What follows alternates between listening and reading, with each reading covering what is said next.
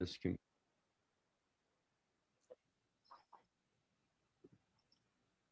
Okay. Okay, now I'm working on the live on Facebook. End of this.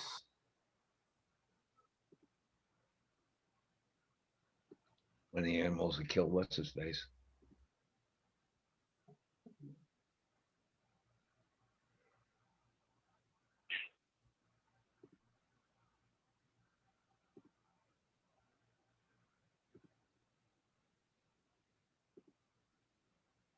See, now I don't see where you put the key in. So I ain't ever figured this damn thing out yet.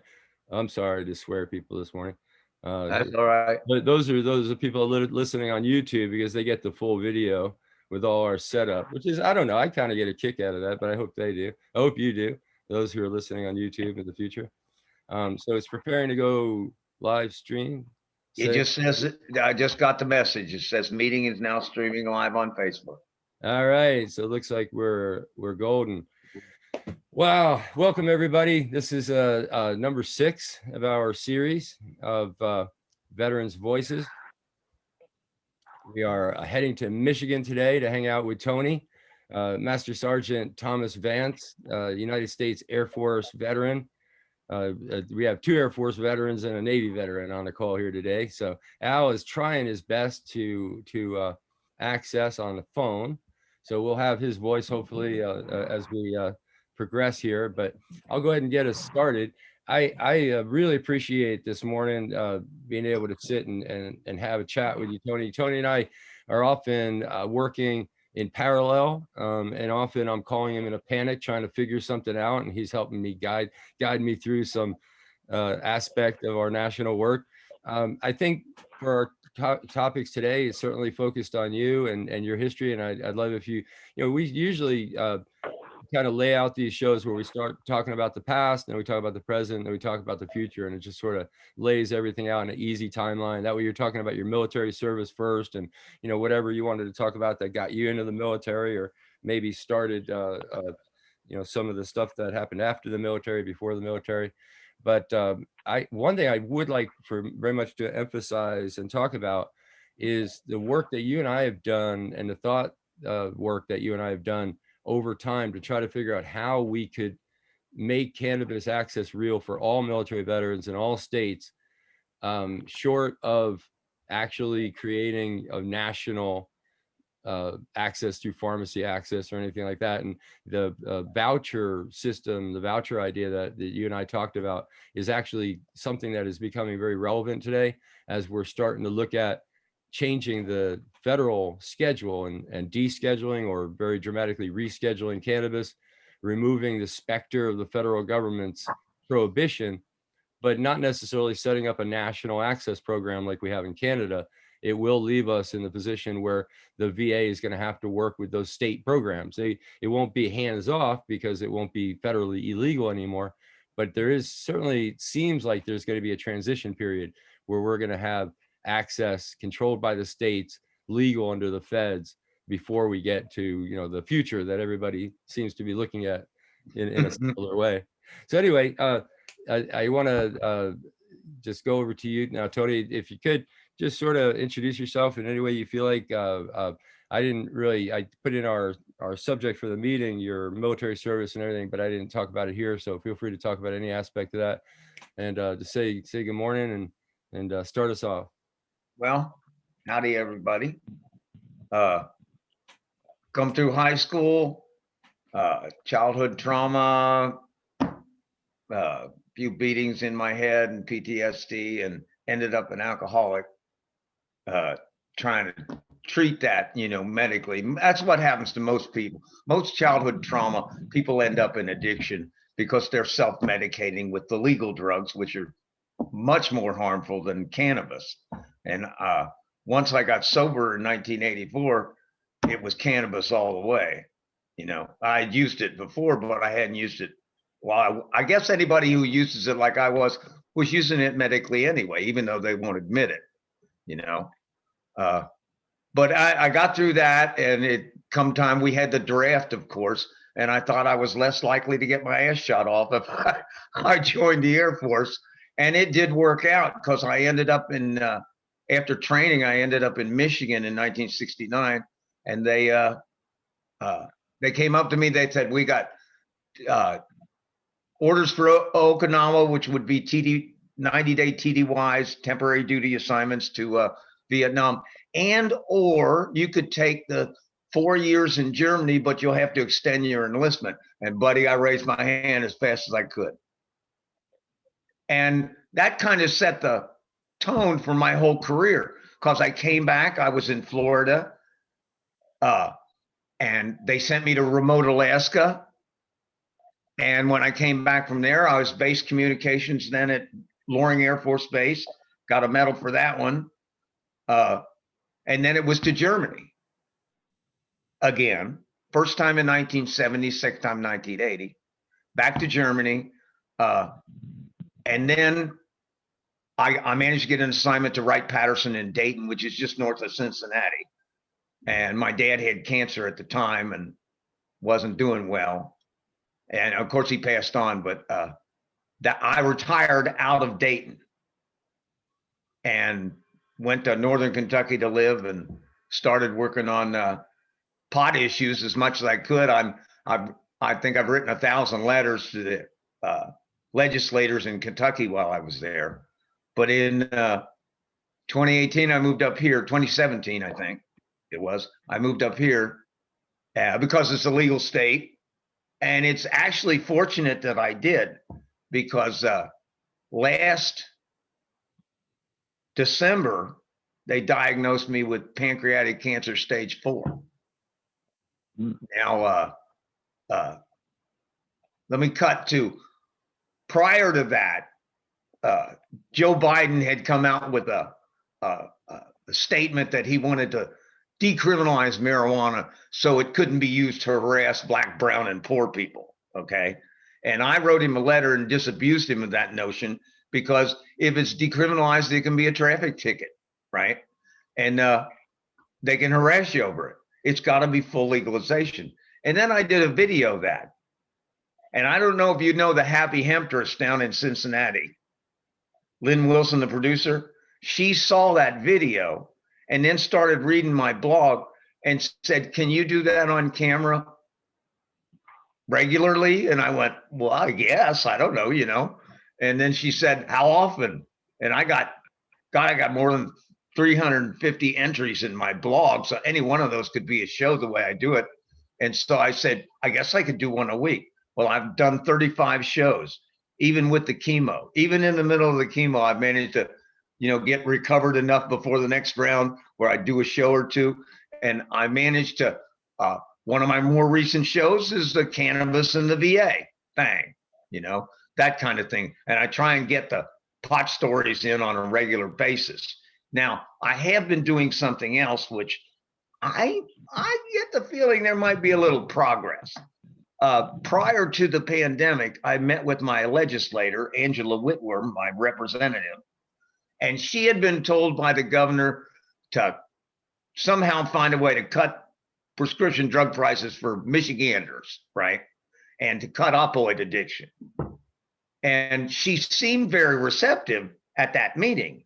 Now, here we're after the pandemic, and I'm feeling like crap, but I'm doing it anyway. And I called her office, and I sent her a letter. I said, let's meet up again and talk about this. Well, she kind of blew me off a little bit. So I cranked up a letter to the governor, pointing out to the governor that cutting opioid addiction and deaths and cutting the cost of medical cannabis for veterans accomplishes both her goals. Now, I sent that letter to her, and then I sent a letter to the Legion and the VFW. I said, I know you can't, support me legally, but if you could just get the word out that we're trying to build a database of veterans who use medical cannabis, we need like their name, their phone number, their name, rank, phone number, how much you spend monthly on cannabis, and how it affects you. And if we can start a database of that, maybe we can get something going. Now I'm waiting for the governor to get back to me. I know she will, but we'll see what happens with that. But I think it's a good start. And I had somebody give me a lot of crap about, well, why is it only veterans? And I looked him in the eye and said, you got to start somewhere. But so, that's the one we're really actively working on. Now, at the same time, the Ionia cannabis shop, that they're called Arcana Cannabis Dispensary, has gone way above the call of duty to get me the oil I need to do the 90-day protocol with my cancer. I mean, 84, you build up a week, so it's 90 days, build up a week minus 80, so 84 times 40, that's $3,600. So we're talking a matter of life and death. And, some people don't want to hear it, because they're stuck in that old, cannabis must be bad because we made it illegal crap. Everybody knows that anybody who's in the know knows that in an interview in 1993, John Ehrlichman admitted it was just a scam. It was a scam. Matter of fact, I know the quote by heart. The quote goes something. He interrupted the interviewer, and he went, "You know what this is all about? The Nixon White House and the Nixon campaign had two enemies, blacks and anti-war protesters. We couldn't make it against the law to be black or against the war. But if we could associate the anti-war protesters with marijuana and the blacks with heroin, we could criminalize them heavily, break up their meetings, arrest their leaders, and vilify them night after night on the television." Were we lying about the drugs? Of course we were. That's a direct quote. They admitted it was nothing more than a political scam to harass Nixon's enemies, and we're still doing it. As long as it's illegal on the federal level, we are completing the scam that Nixon started. And I went back, I looked, there's over 400 million people whose lives have been destroyed behind this baloney. And it needs to be talked about. It needs to get out there. You need to say, look, it was a scam, for Christ's sake. Quit it. Well, that's what we've always done. You want to smack them or pull out a stick and whack their pee-pee or something. They're such idiots. But anyway, that the other thing I'm doing, Ionia has gone way beyond. So on the 24th at 2 p.m., there will be a ceremony there, an award ceremony. And I cranked up a nice award from Veterans for Medical Cannabis Access, and we're going to present it to them at 2:00 on the 24th. And maybe we get a little publicity, maybe we get the governor to look at it. I invited her to show up, and the VFW and the Legion guys. So, I cranked up a nice, matter of fact, I'll grab it. You can take a look at it, but I cranked up a real nice award, and I'll let her to go with it. And then, what I got a copy of that flyer I put out, help Michiganders pay for their medical cannabis needs, give me a call, blah, blah, blah. And I was passing those out at pot stores prior to the pandemic. And, I didn't get much of a response. I guess maybe they're afraid to come forward or something, I really wish we could get a better response out of that, because I know there's a ton of guys who are using it medically, and they spend an average, if they're not using it for cancer or some dark disease, they're using it for post-traumatic stress or something, and they're spending about an ounce a month. What's that, $400, $500, depending on the potency and all that. So yeah, they need help with their medical cannabis needs. And if we can do that, and get enough publicity, get enough push behind it, we'll be the first state in the nation to do that. And it'll be an example for other states. And maybe it'll start the ball rolling down the hill, you know what I mean? Hey, I really think that's what we ought to be doing, and that's what I'm doing. The thought that you brought up is still kind of bouncing around in my head about the lie. And of course, I know the history. I mean, you're not telling me something new, but the thing is that when we talk about the history of cannabis, we usually emphasize the racism. I mean, the racism was so out there. It was so blatant. It was so harsh. I mean, the way this wasn't some kind of coded racism, folks. This was front page headlines, in your face racism. on Well, on New York Times front page. But let me finish. The thought is that, you know, we really need to emphasize that the lie aspect of it. I mean, Harry Anslinger and those guys were just creating a new job for themselves, spinning yarns that were just outrageous. And again, we focused on the racist aspect of the yarns, not the lie aspect of the yarns. And I think that's I just wanted to pause there for a second and take note of that you brought up, because it's so important. well, I've used it a couple of times in my shows just to say, look, you know, it was a scam. We're still doing it. These guys are dead. What the hell are you still doing it for? You know, that kind of thing. And as far as the racism, that's so obvious. And then Reagan continued that crap with his blacks using heroin all the time, and the Cadillac that the lady on welfare has because she has 13 kids and gets money from the kids to pay for her Cadillac. That was all bullshit. That was all an excuse to criminalize people and keep them down. Because I'll tell you what, the whole scam here is the rich want you to keep working. They don't give a shit about you. They just want you to keep working. You know?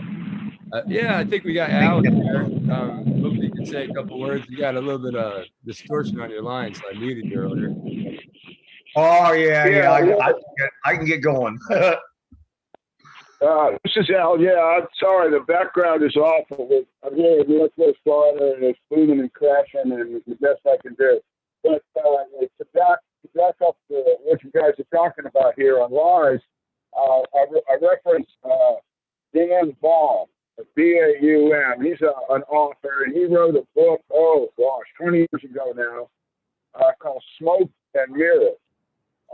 And Dan did a very interesting interview book. He interviewed 200 people exactly. Each one of these folks had been some sort of an executive or high manager in the war on drugs while working for the federal government. And Dan asked them all basically the same question: was this a good idea or a bad idea? And would you want to do it again? And 199 of them said it was a bad idea, and I would not enter into the war on drugs as I did before. So there is a lot of validity to the idea of the scam that you reference, which is almost an exact quote. Yeah, you're right. And then we have the testimony of 199 federal executives that says, essentially, it's a scam. Now, you might want to know who the one is, and I'm trying to think of the guy's name, but he was actually one of our Benny. He was one of our drug czars. You might recall after he became a drug czar, he was found to be an addictive gambler, and he owed $8 million, and his reputation as being a Jesus kind of guy just fell through the floor. But he was the one that Baum said, yeah, he'd do it again. Damn. Ain't that good book? Find it and read it. Smoke and Mirrors. It'll be, it's out of print, but if you can find it, it's worth the read. Yeah. Well, if they could keep it up, they would. They won't, you talk to them, you try and reason with them, it just doesn't come across, Well, it's what we've always done. That's usually the answer I get from some of these guys. But, Yeah, but my experience is, yes, you're close. But, I got to go back to what Michael just said a few minutes ago about Anslinger and those. This was a jobs program from the beginning. Yeah. Anslinger was the guy that was running the revenues, and all of a sudden prohibition went away. He had, I forget the number, but it was 2,800 agents with wives and kids and needed a job. And he and his followers created essentially the war on cannabis, which was, again, a war at that time, especially. It was a war on anybody of Hispanic background, black people, anybody from South Central America, anything like that. Oh, so hell yeah. It was right off the get-go, a racist dialogue, and that it was meant to provide jobs, and it did. Anslinger was totally successful. to keep every one of his agents employed.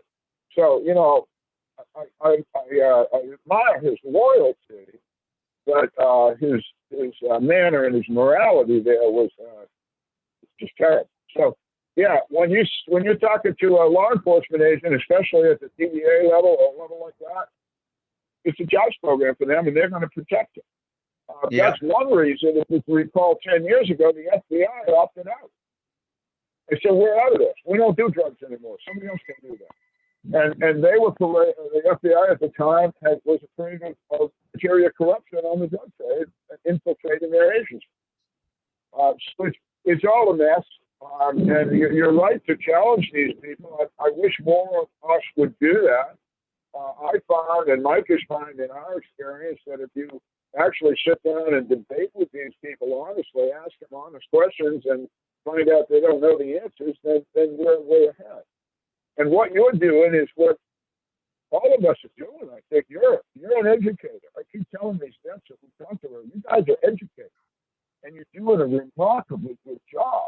But one of the problems you have is the people that you're trying to educate don't want your knowledge. They have their own motivations, and it has nothing to do with veteran health. So it is frustrating, but you're doing it right, man. You're really doing it right. Well, I always like to point out to people that every time I see one of them things, well, immigrants get money before veterans and they shouldn't. And it's all baloney. They're trying to get you to look down at another group of poor people, pit these two groups of poor people against one another while they walk off with the bank money. And that is killing our country too. I mean, besides the damn rebellion, and it was a rebellion, and I think every one of those Republican senator or legislators who supported the rebellion should be censured and thrown out of Congress, just like they did at the end of the Civil War. They supported a damn rebellion, for Christ's sake. They were going to hang people. They were going to kill people. They were going to take over the government, and you would not get to pick who your leader was anymore. They would. And I try to point that out to people, and they go, oh, no, Donald Trump will save our lives. God, the delusion just drives me crazy. Tony, I wanted to take you on the way back machine. I've always found my own story of how I found cannabis in the usual way for somebody growing up in the 60s or 70s. I think probably be the same said for all of us here on the call. But listen, how did you first look at cannabis as a medicine? Like, take us through the bridge from where cannabis was something of the 60s, 70s. Take well, with it was a weird concerts and all of a sudden now it's starting to look at it as oh my gosh, this is a medicine. The first time I went to Germany was my hippie days. I was the token GI in a commune of hippie Germans. Okay. It was fantastic, but they had like a 2-bedroom apartment and there was like 20 people. So later on, they moved to another place. It was a wing of an old winery. And the setup was everybody had their own room and they shared the kitchen, and that was the commune setup. But I was the token GI. I'd be sitting there with them and they go, come on, we're going. And the next thing I know, we're at Heidelberg University, sneaking in the back window to see Renaissance, or we're in some farmers on the edge of some farmer's yard picking cherries. And, it was just great. The thing about being overseas, if you attempt to speak their language, they will teach you and be happy about it and be grateful for your respect by trying to speak their language. And I call it Strassendeutsch. Wir haben ein schöne Nacht, the simple stuff. And at the same time, I lived off base. Well, not that time. That was the second time. The first time I was in Germany, I had the commune, I had an apartment off base, and I had a room in the barracks, right? Where'd you go? That sounds like the Air Force to me. Yeah, well, you know what? The authorities encouraged us to go to the concerts. And it's the timing. You have to look at it. 1970, Nixon wanted to declare the war on drugs. He hadn't quite yet. 1972, you get the results of the Schaefer Commission, which says he should decriminalize marijuana and drugs are a medical problem. And what happened was in the beginning, up until 72, they encouraged us to go to the concerts. And that was mostly like the first British rock festival at Speyer, Germany, right? Was where, I don't know, I lost you somehow. No, I'm still here. No, I don't know where Mike went, but I'm with you. Okay, but anyway, you know, they encouraged us to go. The British rock first one, the Germans were there to see who was it? Deep Purple, and the GIs were there to see Black Sabbath, and Deep Purple sucked. I remember that because the guy's voice broke a couple times, and you know, and Black Sabbath came on, and on the Rhine, man, the moon can look huge, and it was right behind them, and everybody was absolutely stoned, and it was just a great concert. And then 2 years later, all of a sudden, they're putting everybody in jail.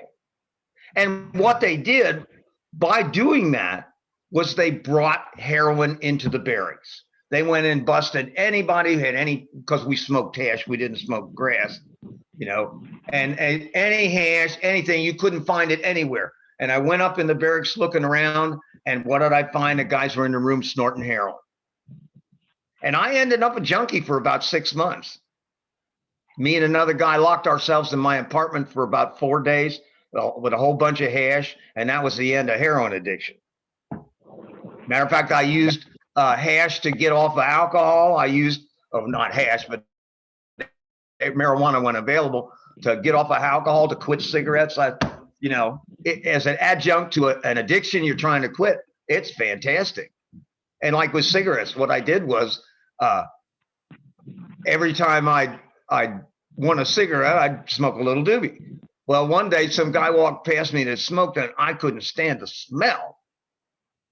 I absolutely couldn't stand the smell. Yeah, you know, I've had hundreds of guys say the same thing about cigarettes, about addictive drugs, even opiates. That use of cannabis as a withdrawal mechanism from those other drugs works very, very well. I'll ask you this question, but I hear all the time that not only did I get off this stuff, but it didn't seem to bother me that much. There wasn't terrible withdrawal symptoms. Was that your case? Yeah. Too? Yeah, I didn't have any kind of worries or withdrawals or anything like that. You know, well, you know, sometimes with addiction, the light shines, right? And they had me kind of cornered. I was going to AA meetings, nothing exciting. And I was coming home from a meeting, and a little voice come in my head and said, "What the hell are you worried about? You can't drink anyway." And I've never desired a drink since that moment. Now, I'm mostly an atheist, you know, I was telling myself, but it worked. So whatever the hell, I don't care. It worked. You know what I mean? Yeah. And yeah. Well, listen, I'm a little. I want to go somewhere back, way back to the beginning of this conversation when I really wasn't involved. But you said that you, and you don't need to go here, but you said that you had childhood trauma. Yeah. And you know, one of the in my background for about 4 or 5 years, I worked as a peer counselor for Vietnam vets, combat vets, for the Agent Orange program in the VA. And after a year or so of that, a bunch of us counselors sat down one day. We were shooting the shit, and what we discovered mutually as we talked was that a large number of our veterans that we were seeing with post-traumatic stress symptoms had childhood trauma before they ever got the military. Yeah. And that was a real awakening for us, because we were starting to understand that we were dealing with people that, especially now vets, who, I mean, they could have a PTS experience 100 days in a row. Well, there's been And not only that, someplace in their background, they had some sort of trauma that triggered PTS anyway. So once we realized that we were dealing with something that might be a lifelong problem, we took a little bit different approach to the thing. But I was just wondering if you think that your childhood trauma influenced you in any way? Did it negatively or anything? You know? Absolutely. When I got turned on, I was 19. I was up in Michigan. The guys were partying and having a grill out, and I thought, this is fantastic. I don't feel like crap. I feel great. And I slept like a baby that night, you know. And then when I got to Germany and got really involved in it, I came to realize that it was the medicine that I should have been using. And I've been using it since then. So what? Since 1970, 1969, 1970. Yeah. And I use it on a regular basis. It keeps the trauma, nightmares and all that. When they come up, they don't bother me. You know, I don't get freaked out or, you know, anxious. Right. And I think most of our guys are probably that way. There's been a recent study, and I haven't been able to find it, but it was a recent study, and the guy thinks that addiction is directly related to childhood trauma. And that's basically because we start medicating at a young age. I was sneaking shots of bourbon out of Dad's Bond and Illards for God, I don't know, years. He kept wondering where his booze was going. I'd come home from school, throw a couple shots in an iced tea, get something to eat, have the iced tea, go down to the gas station. And in them days, you wipe the window and check the oil and all that stuff. And that was my job. I get out of there at 8:30, go down to the drive-in, everybody drinking beer. I was right there with them, you know. So I was a full-blown alcoholic prior to even joining the service. You guys, Yeah, but aren't you saying to me that, in your opinion, you were an addict because you were using, I guess, alcohol at that age as a self-medicant? You think you were self-medicating even then? Oh yeah, absolutely. Even as a child, even, you know, as a freshman in high school, I knew there was something wrong. I didn't know what it was, but let me give you an example. Supposedly, I was born. If you hear one person, I was 9 pounds, you hear another person, I was underdeveloped. And they sent me to live with Grandma and Aunt Jessie for 18 months. And when I came back, they put me in Dad's arms and I cried. And he said, he's been spoiled. We'll have to unspoil him. And I'm trying to write a biography. That's the title of one of the chapters, The Great Unspoiling. And it was hell. Yeah. And from that point on, it was, you know, it was obvious Dad favored my older brother. There was no doubt about that. If my older brother picked on me or smacked me around or something and I complained to Dad, I got shit for complaining. You know, so that kind of trauma, you know, and his father come back from World War I and abandoned the family, the 4 kids and grandma. So he was raised by his great grandpa, or, you know, grandpa, Dad, his grandpa. So now you're talking 1800s people, and they beat their kids, and Dad beat us with the belt. And I remember an incident. He's got you by the arm. He's going around in a circle. Grandma's screaming, mom's screaming, the kids are screaming, and I'm getting my ass beat in a circle. And you don't never forget that. But the thing about marijuana is when it comes, it doesn't shake you. You can deal with it. You remember it, and then you try and let it fade out. But it's, you know, and combat vets, they've got that plus their combat crap they had to go through, you know? And so, you know, we have to get these guys this medicine, and we have to get it in a fashion they can afford. And that's the fight I've got here going in Michigan. I just sent them letters out a couple days ago. I'm waiting on a response. All right, I ask sort of basic questions because I think it's helpful for the audience. But how many? You have a good idea how many vets there are in Michigan? There must be hundreds of thousands. Yeah, I really have no idea, but I do know that a lot of them are afraid to come forward, and they really shouldn't be. Okay. Yeah, You know? no, they shouldn't be. Right. Uh, I agree with that too. And let's just repeat that on, because we like to repeat this because it needs to be repeated. If you're a veteran out there and you need to go to the VA for help, and you should if you need it, and you use cannabis, do not be afraid. That you can use cannabis and not be in a legal state, but you will not lose any benefits. No benefits will ever be taken away from you for the use of cannabis. I don't care what you've heard, who told you that, you will not lose benefits. So if you're in Michigan and you're listening to this show and you're worried that, oh, if I get with Tony, you know, they're going to come after my ass, they will not. And if they do, then they're going to deal with veterans for medical cannabis access. We will make them go away very quickly.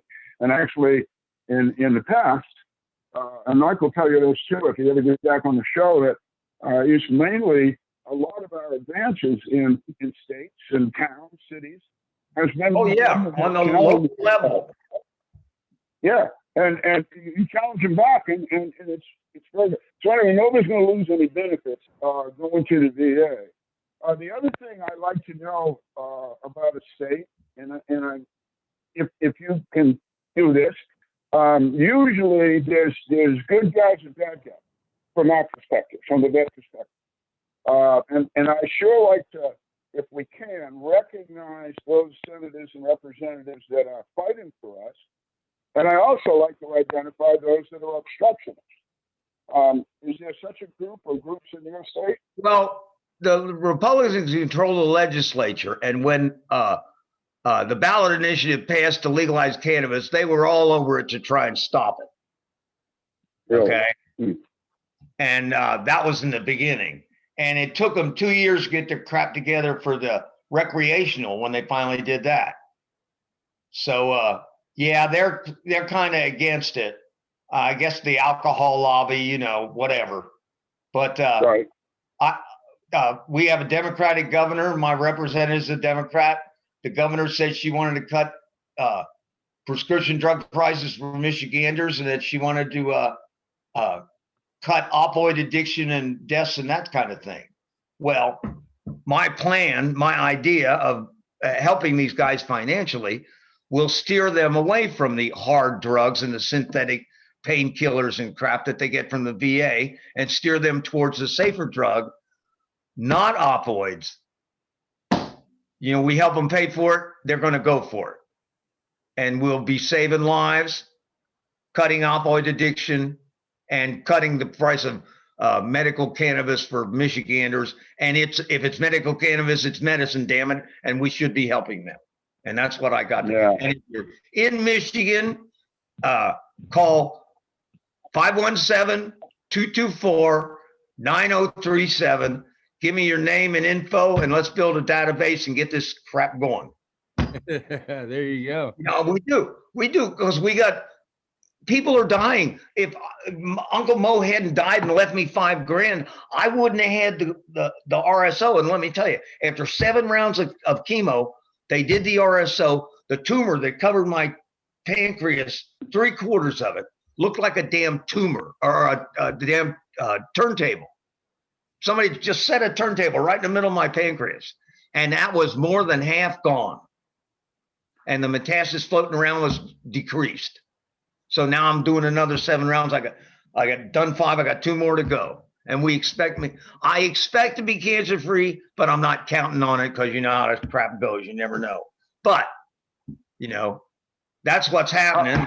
If it hadn't been for the RS, I'd be dead, I think. How are you taking this cannabis? I heard the dose, but are you taking it internally or what? Yeah, I'm getting it's from Monster Extracts is the brand, and it's the cheapest one with the highest THC I could find. It was 71% THC, and you get a gram in a syringe, right? And take a piece of bread, mash the middle of it, squirt. The first days you do it in 3 doses per day. And you squirt that into the bread, fold the bread, and eat it, bread pills, I call them. And I did that all the way through the first round. I've done it all the way through the second. But I was lucky I could afford it. You know what I mean? If I could Let me afford it, stay I there might for a be minute dead. before you get to the money part. So are you using the cannabis as an antiemetic, or do you think the cannabis is actually affecting the tumor in your pancreas? Let me put it to you this way. When they diagnosed me, they automatically sent me 7 scripts for diarrhea, nausea, all that kind of thing, to make me hungry, all that kind of thing. I haven't needed Right. a one. And I'm Really? absolutely sure that's cannabis. I can't sit there and say the cannabis killed cancer, but the doctor was shocked, and the nurses are constantly telling me how well I'm going through the chemo, right?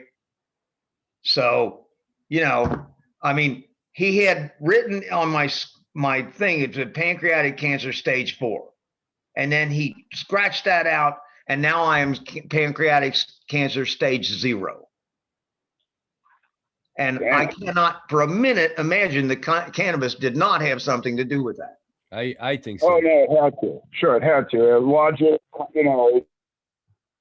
it had to, yeah. And I just wanted you to say those things because, again, Mike and I have been doing this for a while. We've had other men, women have similar situations, do exactly what you're doing, and come out the other end just fine.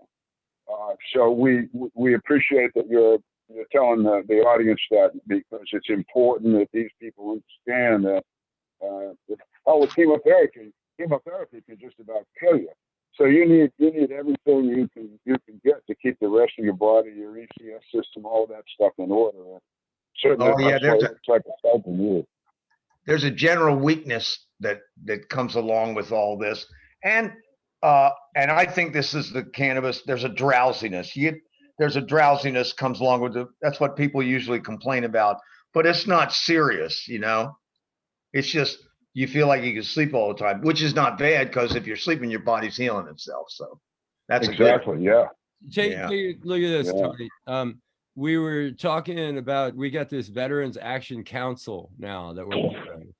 And we're working really closely with, I don't know, 5 or 10 vets from around the country, ranging from California to, Alaska to Massachusetts to Florida to Virginia. So yes, it's a little group, but a cool group and a powerful group. And we've had lots and lots of veterans and even veteran service organizations drop in and participate in the roundtables and all that. But we're looking at, how to get cannabis into the hands of vets, looking at essentially a descheduling at the federal level, and assuming that, to get some Republican support, the bill that winds up coming out of the federal legislature looks a little bit more, bipartisan, a little bit less like, California, a little bit more like, libertarian style, Illinois or something. Yeah, well, leaving it up to the states to do what they're doing, and allowing for, cross state line transit and stuff, essentially would be the change that the federal government would implement. But we were looking at banking too. Oh, the banking goes away immediately. The banking issue goes immediately away when you deschedule it or Right. dramatically. Right now in Michigan, if I order from the store in Ionia, yeah, guy shows up and he does an ATM with my debit card, and that pays for the cannabis. So that's working. Yeah. Well, they've got the banks can do this, but it's very, very complicated and difficult under prohibition, and they have to basically put down every large transaction as a potential fraud alert, for drugs, because it is for drugs, and the government knows it, so they have to do a lot of extra work essentially. But back to the vets, what we were thinking about for like that voucher idea, I thought it was brilliant. I can't even honestly remember exactly who came up with the idea at this time, but I've been talking about that for a while. No, not the voucher idea. I know you've been talking about that with me for years. No, I'm talking about something I haven't said yet. No, I'm talking about taking the voucher and doing basically essentially like a clothing allowance for vets. Yeah, I was talking about mail-in receipts. Yeah. Well, this would be how you would mail in your receipts, and you would have an allowance in much that you just get. I guess we were trying to think of a way that we could give the VA something to do that they know how to do already, and they know how to do the clothing allowance. You get a certain amount of an allowance. The federal government of Canada pays for up to 3 grams a day. So if we use that as a starting point standard, you have a certain allowance that the VA will pay for. That if you need more than that, then your doctor has to fill out a form or whatever. It's administrative stuff. Yeah, they'll automatic 70% or some crap like that. Yeah, that'd work. But I thought that would be easy if you're registered with the state. We already got a marijuana department, right? So you send you registered with them, you send your receipts into them, they verify your receipts, send you back 70%. And just do it under state budgets. Yeah. Right now, I'm working on just doing it under the state budget. Like I said, I sent the governor a letter, explained the whole deal and how it meets your goals. And I sent the Legion a letter, asked for their support, and I asked the VFW for their support. Now I know they can't officially support me, but if they would just tell their veterans about us. Well, I've got a new one for you. We are participating in an event with AMVETS towards the end of this month, the 27th of June. And AMVETS has a very dynamic nurse, retired Air Force nurse. Air Force? I hope I'm saying that right. I'm terrible about remembering people's individual information. But anyway, Teresa Jackson is with AMVETS. And I encourage you to write a letter to her and send that over. And I like the idea that we have 2 different models that we are working on at the same time. We have a state model under state budgets and a potential way of doing it through the VA and a VA budget. I see a time. I gotta hit the other room for a little bit. I'll be right back. Okay. Go ahead. We'll be here. Okay, you guys. Yeah, I like the sending the receipts. That's the easiest to set up. Yeah, if you could do it under state law, that's gonna be that's gonna be a lot of work because you got to do it under 50 states. Yeah, but the thing is that we're gonna have we won't have treatment by geography anymore, but we will have, for a time being, veterans that are going to have to travel to a neighboring state to get cannabis. But once it's legal in the neighboring state and they can get reimbursed, I don't know. I think it. Well, and wait a minute. In Canada now, the eligible veteran, the military, Canadian military, he or she actually gets their cannabis, their medical cannabis, delivered to their address, to their home. Right, we can do that here. We would be able to we would be able to do that here, and you would have we're modeling the Veterans Action Council recommendation is modeled after the Canadian system to a great extent, and we would be able to do that here. Yeah, once it's legal at the federal level, you'd be able to have it shipped to your house, and as long as the federal government gives us the basic budget that we're talking about, then you'd be able to have the same amounts shipped to your house. And once that happens, gosh, it would be nice to be able to take that next step out and finish negotiating this stuff internationally, and that way you could have the choice of Canadian cannabis and United States cannabis shipped to your house, at least at first. And Israel, you could be any of the countries that are participating in the medicinal cannabis access right now. I think it's about 20 or 30 countries that have cannabis, but I don't think they're all producing. So I think Colombia is producing, I think Uruguay is producing, I know Thailand's producing, Canada is producing, Israel. So you've got some pretty interesting choices. I don't know about you, but I would find it great to have all those products in front of me and be able to choose from them.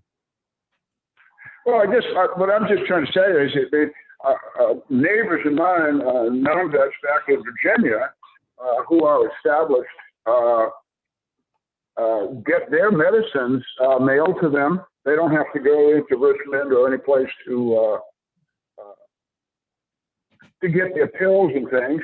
So, I don't think it's that complicated for the VA to just add another herb to their already existing distribution list. I got nothing wrong with vouchers, but it just seems that I don't know. I'll tell you, I'm with you guys. Anything that works, that gets cannabis, medical cannabis to our vets, I'm for it. If they want to do it one way and I want to do it the other, I'll do it their way. To me, what you're talking about boils down to just the complications of the transition. I mean, it's nothing wrong with the concept. What you're talking about is exactly what we all want. It's just how do we get there? And right now we've got a situation where the federal government policy has it where they don't even consider it a medicine at all. None of it is legitimate at all. And by policy, by written law. And once we change that law, then there's the retooling time. I mean, I'm going to witness this firsthand. In fact, I am witnessing this firsthand. I was a little bit blown away the other day when in Virginia on the news, it came up that they were retiring all the state police dope dogs. They had like 15 canine cruisers with their police dogs, and they're retiring all the police dogs because marijuana is legal. Therefore, the smell of marijuana is no longer probable cause. Therefore, the dog that's trained to smell marijuana is no longer evidence could produce probable cause. They said they could still. Hey, I'm available to be let in verbally, visually, if you can do it, Mike. Oh yeah, can you? Yeah, I'm here now. So there we go. Yeah, thank you. Yeah, I didn't know that about the police dogs, but it makes absolute sense that since cannabis is legal, then why these dogs are? Yeah, they were trained to do one thing and they did it well, but now it's time to pass, and that's a savings. And I think another big time savings that we're going to see is. We're gonna have no more helicopters flying over our house. Well, I did a show just the other day that's going to come up, Adult Policing for Profit. And I talk about exactly that, how they focus on drugs because they make more money. You there, Al? Yeah, you got to trying to figure out whether I'm muted or not. Let me get off the phone now that I'm here. That'll do it. That might make more sense. I got too many pieces of communication. Hey, I wanted to bring something up from a previous point that there's a couple little just hanging thoughts in my head that I wanted to get back to if we had time. And I really appreciate your candor and both your experience on this stuff. And it brings a lot of thoughts back to my head. Thinking back to Dr. Tom O'Connell, and Dr. Tom was a lot of folks there in his local region that were relatively younger male men, college age, a lot of them with big prescription jars of ADHD or ADD pills that they had been given and stuff. A lot of them with skateboard accidents and stuff. So very stereotypical kind of thing that you might make all kinds of stereotypical judgments about. But what he wanted to do was dig into it a little further. So a novel thought at the time, doctors weren't even researching cannabis. They were trying to, throw away the medical files as soon as they could, in fact, so that the DEA wouldn't know that they were even talking to patients about cannabis. It was so hot back then. But he was like, no, let's study this. So he got his patient's permission to do a questionnaire, like 20 or 30 really in-depth questions. And by the time he was done with just a couple of hundred patients, he was ready to make some determinations. And a very vast majority of those patients were as the demographic that I described, and they had suffered some sort of a loss of the male parent in their childhood. Each and every one of them. It was this huge percentage where the male parent played this major outsized role in, I guess, what you would term as a childhood trauma that they had experienced.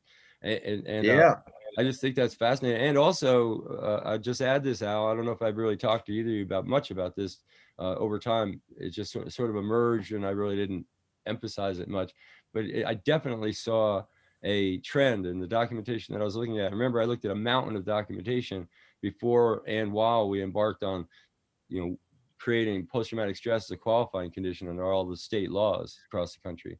We started with just New Mexico and California, and now every state has that qualification, essentially. And the documentation really showed me that this was not necessarily related to childhood trauma, but that it was a cumulative effect. Definitely, clearly, that there were cumulative effects to ongoing, that traumas build up over time, and that next big trauma might be the one that without the previous trauma, you might have walked past and kept going. But with the previous trauma, it seems like it wears you down, maybe. Exactly. That is exactly what happens. It builds up. The incident after incident, thing after thing. Then it gets to a point where it starts coming back on you. So you start doing something about it. What was available? The old man's bourbon, right? Next thing you know, you're an alcoholic. How in the hell did I get to be an alcoholic? Well, medicating. Absolutely. That's the way it goes. You medicate, you think you're doing all right. Next thing you know, you're drunk.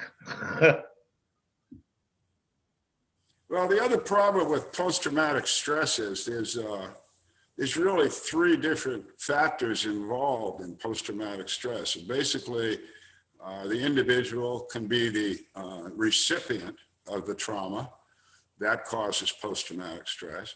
The individual can be the cause of the trauma that causes post-traumatic stress, or you simply you are the witness to a trauma which will cause post-traumatic stress.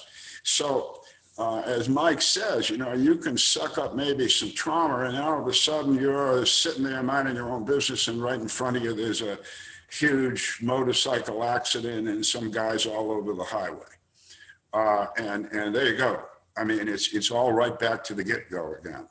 And where cannabis is helpful in this regard is that, as you've heard everybody tell you your whole life, it mellows me out. I mean, they used to have that was an expression in the old days. I'm getting mellow. And that's what it does. That's what we heard here earlier from Mr. Vance. The whole experience, from nightmares to actual what you got to deal with in your daily life, gets rational, gets reasonable, gets worked down to the point where it's controllable. But don't as an observer think that the only people that you're going to see with post-traumatic stress is a vet. No, there's a whole ton of people like that. Automobile accidents. Yeah, getting the shit beat out of you as a kid, all of that's traumatic, and all of that mounts up. So all the discussion is saying to anybody in observance here, the conclusion is, if you're in trouble with drugs, try cannabis. Get help. Don't just go by yourself. Go to your friends, go to a trusted advisor, but use cannabis to try and get yourself broken free, as we've heard here today and so many other days. It does the same thing with pain. My back's busted in 3 places, so I got a lot of chronic pain. And I tell people, well, it's like a good aspirin, but the miracle of it is it disconnects your brain from the pain. The pain's still there, but you can function and think about something else. And marijuana lets you do that. And if you're having post-traumatic stress about an incident in your childhood, marijuana can disconnect that so that it doesn't haunt you. It doesn't come back all the goddamn time. Or when it does, you can deal with it. You know what I'm saying? I find that.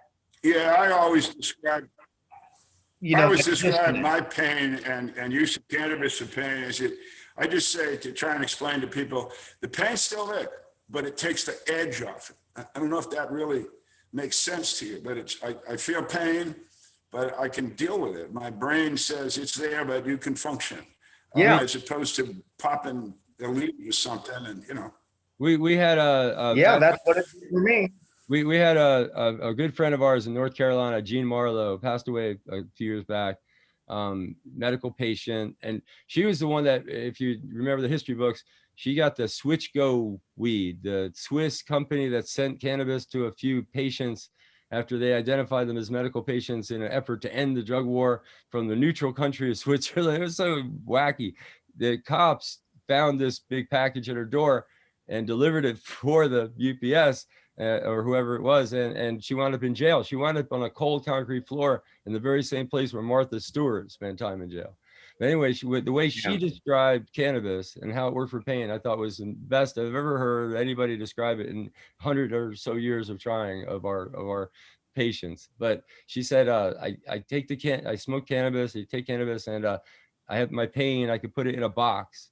And then I take the box and I put it up on the shelf, and then I close the door on the cabinet. So the pain's still. He's right. She's absolutely right. That's kind of like it. Yeah, you take it, it's there, but you don't have to pick it up unless you want to. Yeah, yeah. And that's what cannabis does for me too. So what do you think, Tony? Yeah, while we're on pain, just because I'm a trivia nut, but when Oregon years ago first legalized cannabis for medicine, the first year that the policy was in effect out there in Oregon, 70% of the people that signed up for cannabis as medicine signed up for its use as pain control. The second year, it was up to 80%. I don't know what it is now. Oh, yeah. But I mean, we're talking 4 out of 5 people that have pain have realized that cannabis takes care of that pain in a most beneficial way. And we're talking about, I mean, I've probably taken a couple of dozen of leave in my life, but I've been smoking cannabis every day for 40 years. And the reason I do is for post-traumatic stress and for pain, and it works. And if it didn't work, I'd stop doing it. But that's exactly what I'm doing. What you're doing is exactly what I'm doing. And plus, I'm doing the cancer thing. I got 2 more rounds of chemo to go. They hook you up for 4.5 hours to a bunch of meters pouring stuff into you. And then they put you on a meter. You take that home for a day and a half. Then they disconnect that and you go back and get another shot. And then I got that week and the next week to recover. And then we do it again. And I'm waiting. So I'll tell you what, Thomas, for that treatment, you look really in pretty good shape considering what the hell they're doing to you. I can't, now that I see you visually, we were talking on the phone. Now that I see you visually, I think you look great. Yeah, all the nurses and you're weathering it so well, they tell me, and you know, but it's the key, or it's the cannabis. I mean, I didn't need any of those drugs for diet. I'm pooping, I'm peeing, I'm eating food, I'm being hungry, all those things that cancer patients usually can't do. And I'm absolutely certain it's the. Yeah, but there's another thing you're doing though. By your example, you've told the nurses and the docs what you're doing. You're teaching them. Oh yeah. You're showing them that, hey, this it should be part of the protocol for this type of treatment. You're as I said, you and other patients and vets that are standing up like you guys do, you're educators. And that is probably your most important function, whether you think so or not. I think it is. I took about 9 copies of the protocol for RSO into the nurses station and everybody took one. So, you know, and I've been telling them, you know, now my old doctor, my cancer doctor's an old guy. And after the first scan, I said, you know, I really think the cannabis had something to do with it. Oh, no, it doesn't. But the young guy standing behind him was looking at me going, yes, do it. You know, so. That's great. Mine's changed, you know, it's the age and, you know, that kind of thing. But we're going to get them. We'll get them trained. At least we'll try anyway. Yeah. So what do you think? So, you know. Well, Thomas, that's a hell of a story.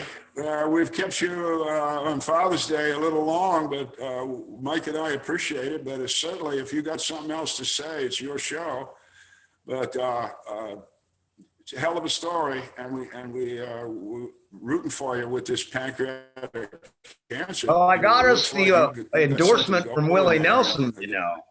Yeah, that's one of the coolest things that we've got in our entire Oh, did life. You like that? You probably haven't even seen that, Alan. He was at what was the show you're at? There was a No, concert in 2008, and the Happy Hampers called me and took me along, and we got on the bus, and I got to meet him, and he endorsed Veterans for Medical Cannabis. They introduced me as a veteran. He straightened up. And now he's 80 years old at the time, and he straightened up. And I thought, well, what? That's respect, you know. Yeah. And we bullshitted a little bit, and he did the endorsement, and it was just fantastic, you know. But that I could get us that endorsement, I thought that was out of this world, you know. It's priceless. Are you kidding me? I use it. I'll tell you what. Let me go get the awards that we're going to give up at Ione at the pot shop to him. Hang on a minute. All right. That's great. I love it. Willie is such an important icon to our movement. I can't even place him. If you try to place him in terms of a performer, he's not quite. He's more activist, but he's certainly more a performer. So he's a very special class all by himself.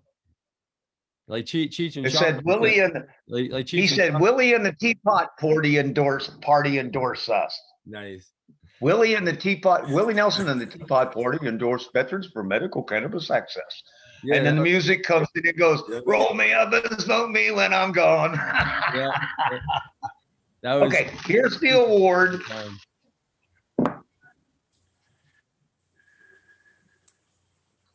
Can you see that? Yeah, hold it up slightly. There you go. Nice. Now I'll read it to you. Veterans for Medical Cannabis Access present this award for, as veterans say, they have gone above and beyond the call of duty. Their efforts to ensure their veteran medical patients get the cannabis medicine they need garners the thanks of all veteran medical cannabis patients and Veterans for Medical Cannabis Access. And it's got my name and senior advisor. Sweet. And then we give them the letter that goes with it, right? And it says, this letter is to again express the gratitudes of Veterans for Medical Cannabis Access and all veterans struggling to access the cannabis medicine they need. We cannot begin to thank you for going over the top to get these struggling veterans the medicine they need. As I said, for your efforts, we are eternally grateful. And there's my signature. And then we give them this one. I love it. There you go. Yeah. And what I got here, attention, veteran medical cannabis patients. Need help paying for your medical cannabis needs? Veterans for Medical Cannabis Access is working on that. Help us convince the Michigan legislature to help veterans afford their medical cannabis needs. And then it's got me getting the endorsement. And then it says, come help us for more information. And it's got my email and my phone number. Sweet. Perfect. So we'll get that put up in the pot shop. Right. And listen, Yeah. why don't you just figure that up, Thomas? You want to put out again how to get a hold of you? Yeah. Especially like the blog and the videos and stuff, links. Well, it's thomyv@zoomtown.com is my email. Phone number 517-224-9037. And if you want to check out the blog, that's tommyv.wordpress.com. Okay. And the TV show, if you want to access the TV show, you put in at Google, put in YouTube/Hemprock Television/Freedoms''S voice, and you will get all the episodes of the show. Nice. Okay. Every time I get a chance, though, I push the, getting cannabis to veterans. And there's one helping veterans with their medical cannabis needs. There's one like that. There's one cannabis in the VA. There's one I'm getting ready to do about them blaming the pregnant women for children having schizophrenia because they used marijuana during their pregnancy. Yeah. And there's another one, Policing for Profit, where I emphasize that, they're focusing on drugs because they get money for drugs. We stop giving them money for drugs, maybe they'll focus on real crime. We need to get mental health people out there instead of cops. Cops can back them up in case there's, weapons or something. But, all that stuff. I one thing at a time, Tony, one thing at a time.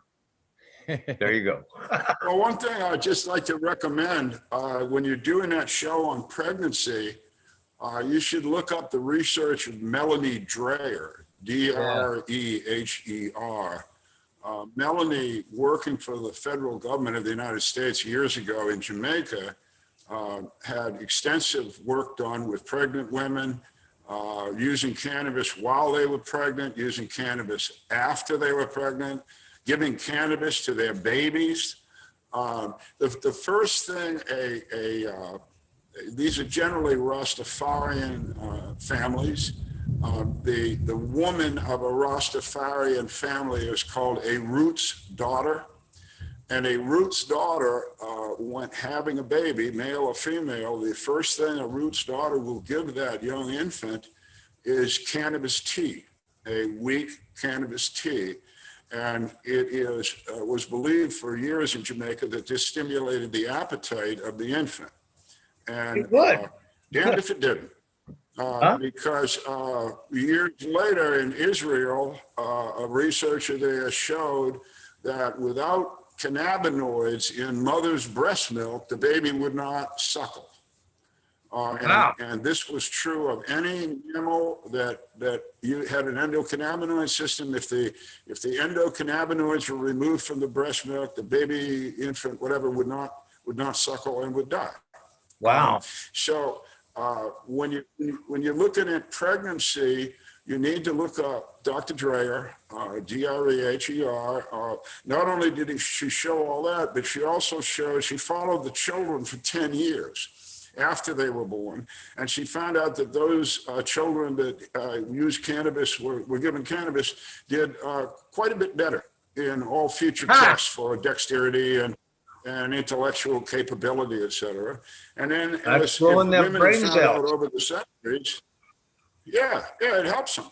It stimulates. And then, of course, women over the centuries have found out, as you have indicated, that it really works well for pain, really well, pain of childbirth included. And the other thing it does, of course, is helps with morning sickness. It's an antiemetic, as you found out with the chemotherapy treatment. So even with pregnancy, and women might be afraid of it, or people are speaking wrong about all of what I just said. All of this is proven. It was all a U.S. government study. And of course, U.S. government doesn't publish these things, but I'm telling you about it. Yeah. I like to emphasize the point that women have been using that for 4,000 years, and there is absolutely no anecdotal evidence of any problems in birth or childbirth or any of that would be caused by using the marijuana. None. Absolutely correct. In 4,000 years. Come on, people. Well, let's just make it a little narrower. Since VCMA, mainly Mike Kravitz, got the Veterans Health Administration to let veterans use cannabis in VA facilities, having cannabis in their medical protocol without loss of benefits, that's 11 years ago that happened. July of I challenged them on that. 11 years. And hundreds of thousands, if not millions, of veterans have used cannabis in the VHA facilities for 11 years. Hundreds of thousands. What happened? Well, in 2008, it's just like you said about the women. We have 11 years of history data, which we don't know about. It's probably the largest medical cannabis study in history. It hasn't been published, but the data is there. And you're part of it, of course you are. And the other thing is, you know damn well that of all those hundreds of thousands of people, if one of them had committed an axe murder, we would have heard about that. Oh, so hell yeah. We don't have one negative story. So if folks are listening to this, there's no negatives here, and they're all positives, and the government still will not tell you about those positives. But I'm just saying, hundreds of thousands of patients, 11 years, not one identified problem. Tony's got one of the most extraordinary stories in the system. He demanded the policy under which they were telling him he couldn't use marijuana. And what didn't they give you the Marijuana Tax Act? I'll tell you what, it was funny because I got my new doctor, and all of a sudden, oh my God, I'll lose my job. They'll send me to jail if I give you your medicine because there's THC in your urine. And, you know, I've been around long enough. I went, could I see the regulation that says that? And the director sent me a copy of the 1937 Tax Stamp Act. And I went back to her. I said, what you want is the 1970 Controlled Substance Act. But nowhere in there does it say my doctor's going to lose his job or any of that. And I said, what you really want is the VA DOD guide for the treatment of chronic pain with opioid medications. And in there, it says the doctor is to consider P-tests, to consider withholding medication, to consider pain contracts. He's not required to do nothing. And all of a sudden, I send that back to them, and I get a call from my doctor's nurse, and she says, come and get your meds, but keep it on the QT.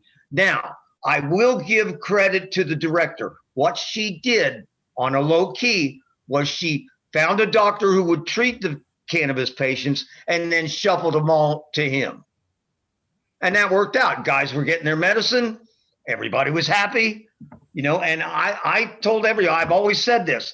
Look, if you're in a bureaucratic fight, ask for the damn regulation. There probably isn't one. But ask. Make them produce the proof of what they're telling you. Because that was some assholes, oh, I think it's a good idea bullshit. That's what that was.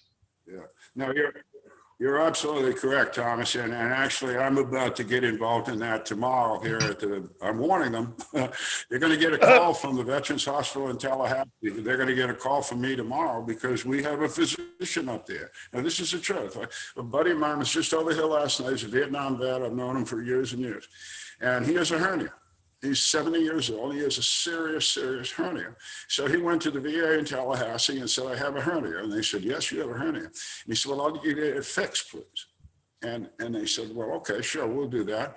And please write down all the medications you're on right now. And he wrote down cannabis. And this doctor said to him, well, you're a cannabis user. We can't operate on you in the VA. And he said, wait a minute, I'm a veteran. I got a Purple Heart. I got a hernia, and you're not going to operate on me because I use cannabis as a medicine. And she said, that's right. So tomorrow, the director at the VA Hospital Tallahassee will get a call from me, and we'll get that straightened out. But what's frightening to me, frustrating to me, is 11 years later, in the VHA system, we still have medical doctors that believe the bullshit. Yeah. And, you know, you send them to school, you buy them books, but doesn't mean they got to read them, I guess. Yeah. Well, believe it or not, the doctor I ended up with first was a guy from Czechoslovakia, and he was a stoner. And that worked out. He was a good doctor. He knew what he was doing. But I'd leave him a couple of joints every time I might visit him. And he said he married a girl. They were on their honeymoon. He said the joints were too strong for him, and that he had to put them aside because they got too stoned. That was great. He was a good guy, but he got changed out with another guy who was too serious and no fun. But that was okay. You know, we did. Well, I have a doctor that's well known in the cannabis world, and I won't mention his name. But when we first met years and years ago, I asked him about his personal cannabis use, and he said, "Well, if it wasn't the cannabis, I never would have got through med school. I wouldn't have got through the Air Force." So there you go. It's all over the place. Yep. We just need to get these guys to come forward. We need these guys to come forward and say, "Look, yes, I'm a medical cannabis patient. Here's my name, rank, phone number. Here's how much I spend a month. So I can go into the governor and say, look, these guys spend $500 a month. They need help. And if they're doing cancer treatment, and you know, the cannabis is an adjunct, the oil, well, it's $3,600 just for 84 days at $40 a vial. And my uncle died and left me $5,000, so thank God for that. But I've got about 4 more weeks to go. That's not even the cost of a 5-inch shell, Thomas. How many? A 5-inch shell costs more than that. And we send them out of our fucking guns all day long. The cost here should not be a function of treatment, nor should where you live be a function of treatment. I mean, this is, well, this whole conversation this morning is about an illogical, unworkable, not well-run policy that is doing more harm than good. And when you're in that position, the only thing to do is quit and start over and do it smarter. So, you know, what you're doing in Michigan, that's a part of this show. We want other guys to see what you've done, your passion, your intelligence, how you've approached this stuff. The fact that you're also in chemotherapy treatment and doing all this work is extraordinary. But we want other guys to take a lesson from you, and we want them to hear, as we've been saying in this show, stand up. These are your brothers and sisters. Stand up, help them, and you will not be harmed. So do it. Yeah, come on, let us know. We can get something going here. I really believe we can get something going here in Michigan, because I got her by the tutus. She wanted to cut opioid addiction and deaths, and she wanted to cut the cost of medicine for patients. We're going to do both of those things if we financially help these veterans get their medicine. How many veterans are you looking to reach out to? I can help you with that. We'll pull in some resources. Well, I sent the Legion a letter and the VFW letter. I said, I know you can't officially support us, but could you get the word out? Now, whether they do that or not, I don't know. No, but how many? I'm a member of both. Do you need 100? Do you need 500? I mean, what would be an optimal number of vets to have to present this thing? Oh, I'd take as many as I can get. All right. Well, I'll help you. You can stand up. All you got to do is give me your name, phone number, you know, how much cannabis you use and how much it costs you a month. And so we can go to these people and say, look, here's 100,000 people that are using cannabis in the state of Michigan that need your help. Now, as a legislator, are you going to turn your back on them people? That's a lot of votes. You're right. I'll set up a couple of calls for you, and okay. And we'll see. We'll get together with AMVETS. That's the easiest first one, and we'll see what else we can get together. But AMVETS got me my disability. The service officer for AMVETS he kicked ass and got my disability for me. Thank you. So those guys are all right. Yeah, they're being very helpful. They've got this HEAL program, and the thing on the 27th of June is an alternative healthcare summit that they put together, and they got Montel Williams coming in to talk. Dr. Sue Sisley's saying a few words. So it'll be fun. Hopefully, she brings in some of the Veterans Department people so they can learn about this. It'll be great. But either way, that's when 27th of June, 2021. If I'm up to it, I'll be watching. Yeah, I'll send you a link to it to participate. But okay, cool. I think we'll go ahead and take it out of here. We've been hanging out for a while on a Sunday morning here on what is the date? I like to say the date. The 20th. This is Father's Day. Happy Father's Day. Father's Day, 20th of June, 2021. Whoa, we just lost Al. Okay. So we'll go. Well, you take it easy. Yeah, man. It's great to spend a Sunday morning with you, and I really appreciate your work. Really appreciate your enthusiasm, and wish you all the best. And we'll pray for you. And well, what I've been doing at the end of the last 5 or 10 shows, 5 or 7 shows maybe, I've been given an update on the cancer. Mm-hmm. So if you check out the last couple of shows, you'll see the progression. I think I look like a Holocaust victim, but everybody else says they think I look pretty good. So considering the chemo and all that. Hi. from here. Hey, You're in a significant battle, man. You look good. Yeah, you look good. you got shine in your cheeks. Yeah. Keep it up. We've done 12 rounds and I've got 2 more to go and then they'll scan again. And since the tumor was reduced by more than half, I expect it to be gone. I hope the metastasis is gone. They can call me cancer free. Then I'll go on a maintenance. I talked to a guy online. He was on a maintenance dose after his chemo, maintenance dose of the oil. He's been on it for 10 years. Cancer's never come back. So we're going to go on a maintenance dose. And the minute we're done with the cancer treatment, Works and for me. Yeah. yeah, just vote for the best. But I think it's been amazing. The doctor was shocked. Everyone goes, "Oh my God, isn't it wonderful?" And I said, "Yeah, it's wonderful. I'm still alive, but we still got the other part of the tumor." The tumor looked like a damn turntable, and it was 5.4 by 5.7. Now it's 2.4 by 2.2. Yeah. So that's less than half. Yeah, well, that's it. You're given the chance for the chemo to work because you're knocking it down and you're keeping it from getting bigger. Not only helping it get smaller, but keeping it from getting bigger is I really think that THC is helping to kill the cancer. Yeah. We know that in the test tube, you got cancer cells, they die. Yeah. I am absolutely soaked in fucking oil. Okay.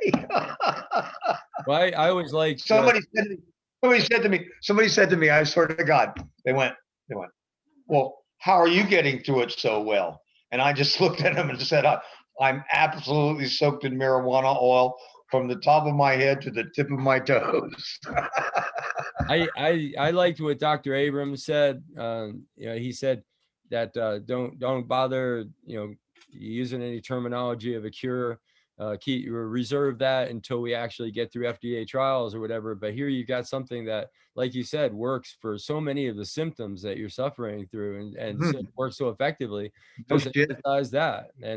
But the thing that really bothers me is that we could know so much more. In the 1970s, when they started doing research right here in Virginia, and the research was designed, it was actually designed to show the harms of marijuana and how marijuana could, right. Their assumption was marijuana would make cancer worse. That was a cancer causing, and it was based on a false comparison with nicotine and tobacco. And they did the research right here at the Medical College of Virginia. And when it started showing the opposite, and the lab rats were doing better with the cannabis than they were without, they just pulled the plug. But if they hadn't pulled the plug on that, if they had kept funding that, then today, the thing about it is we have a lot of different kinds of cancers and you have a lot of different kinds of cannabis, and you only have one chance at taking the pill. You can't take 10 different cannabis extract pills just so you have the one that works. You got to get the right one, and you picked a good one, it sounds like. But that's and it was only $40. Most of the time they're $50 or $60. I point that out in my letter to the governor. Yeah, I mean, you see my point. There's a lot of random elements there that have to sort of line up. That we don't need to have random elements. We shouldn't. Not at this point. We should have known better by now. Gosh. So you get what you want to get is you want to get an oil that's got the high THC. Mm-hmm. And I thought this was a decent trade-off. 71% THC, $40 a gram. Mm-hmm. And we saw, I'm sure it had a lot to do with the outcome. Either actually doing it or assisting the chemicals they're putting in to do it. Might be that way. We don't know. We can't do the science. But I think Tash can shut them up about lung cancer. Yeah, that's another. I always quote that one. Yeah, that I always mention that. That was one I got to witness firsthand. It was a mind-blowing thing, really. In a nutshell, Dr. Tashkin was the darling of the United States government for what he had said in his hypothesis, what he thought might happen from his 30-year research. So for 30 years, they quoted him because of his hypothesis. But then he came to our conference just at Patients at a Time, just before he released the final report. And he was actually kind of nervous to come to our conference because for 30 years, we had been hit hard by his quotes that the federal government had been misusing. And he just Yeah. assumed that we would be mad at him, you know, but he was so welcome and we really loved him. And then the next year that he releases the study, the government now hates him. After 30 years being his darling, the government now hates him. And he comes back and he feels like an old friend coming back to our next conference. And was very, Oh, you could see it. He was very, very good. comfortable and very, very open. And yeah, it was really, really nice. But his research in a nutshell showed that you had a better outcome if you smoked marijuana and cigarettes than if you just smoked cigarettes alone. So I'll leave it at that. You know? And when I quote that, I say that marijuana users get head, neck, and lung cancer at the same rate as people who don't smoke at all. And if Tashkin's study didn't do anything else, it stopped the government from claiming marijuana causes lung cancer.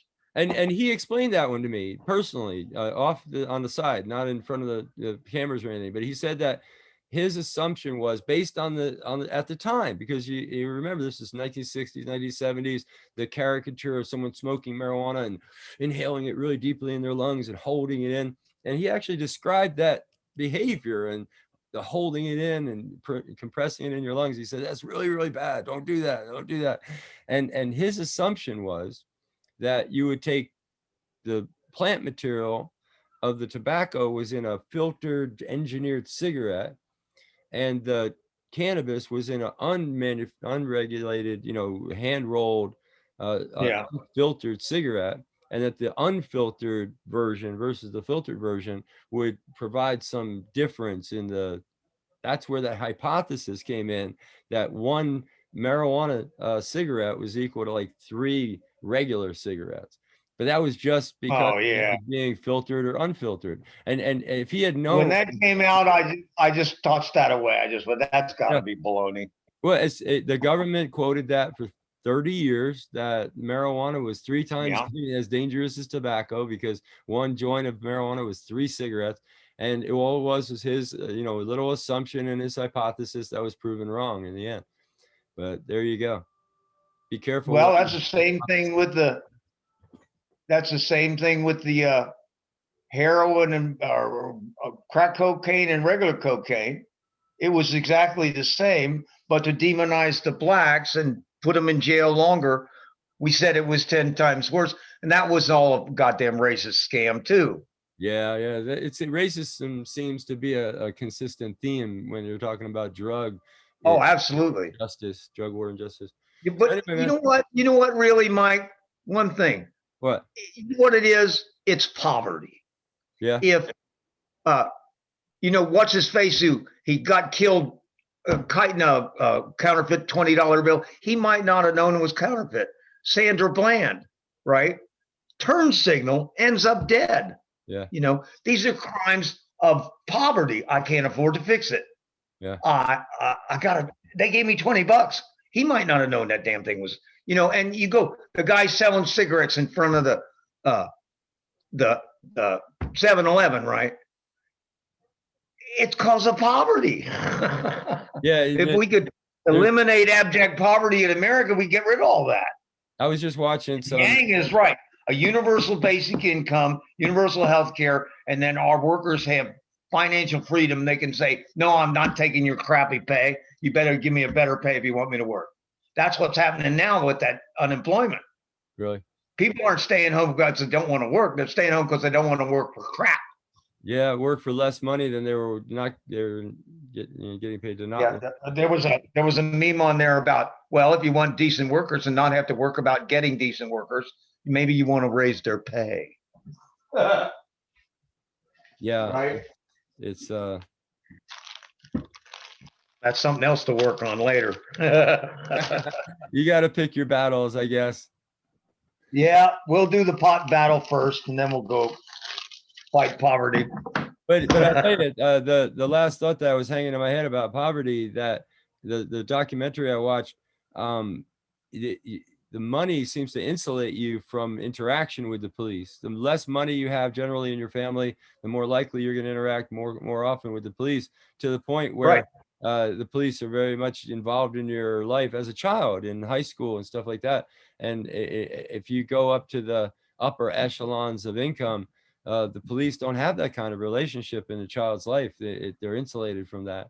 There's a security guard or whatever, maybe, but not a police officer that would, you wind up, could you imagine some of the things that you and I might have done in high school, gotten in a fight with a fellow student or swore at the teacher or something like that, that you and I might have done in our childhood, in our insulated world, and had no real repercussion from it at all, other than maybe a scolding at the time, could be your first criminal record. My Latin teacher would beat your ass with a big board.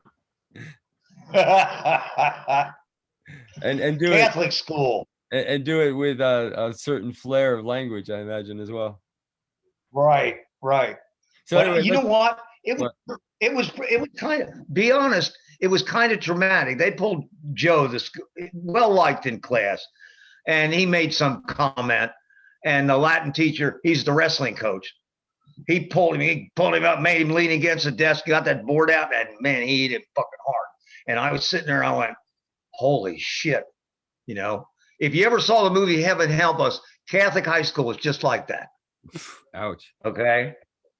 Yeah, some of these guys, they build up a hatred for one kid or another. The next thing you'd see them beating them up or stuff, and you try and get in the way, and then you get your ass smacked for it too, and that kind of thing. But it was that way.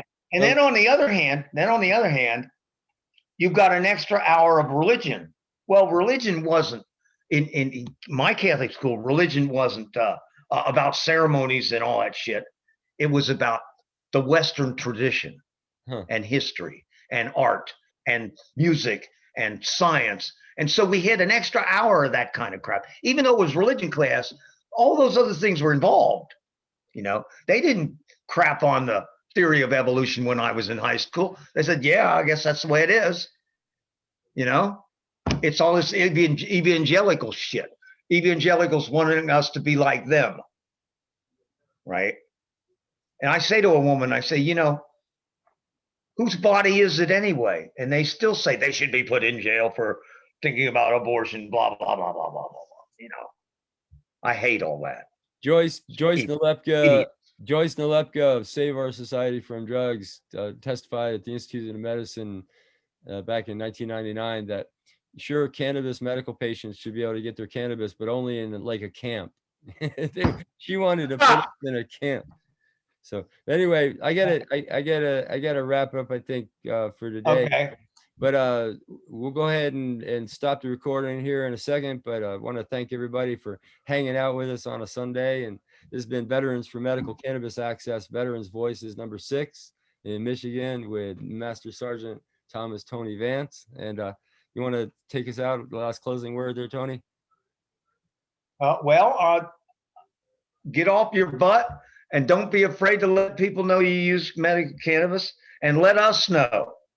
Like I said, THOMYV@zoomtown.com or 517-224-9037. Give me a call. We'll build a database. We'll go to the governor and say, look, this is what you wanted to do. Let's do it. See what happens. Sounds good. That's the best we can do.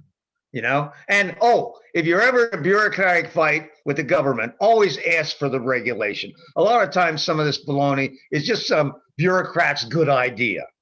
Always ask for the reg. You'll probably win the argument. Get it in writing. Get it in writing. That's a get it in writing. Hell yeah. All right. You write the government, they got to write you back. Bye. Everybody. Okay, take care.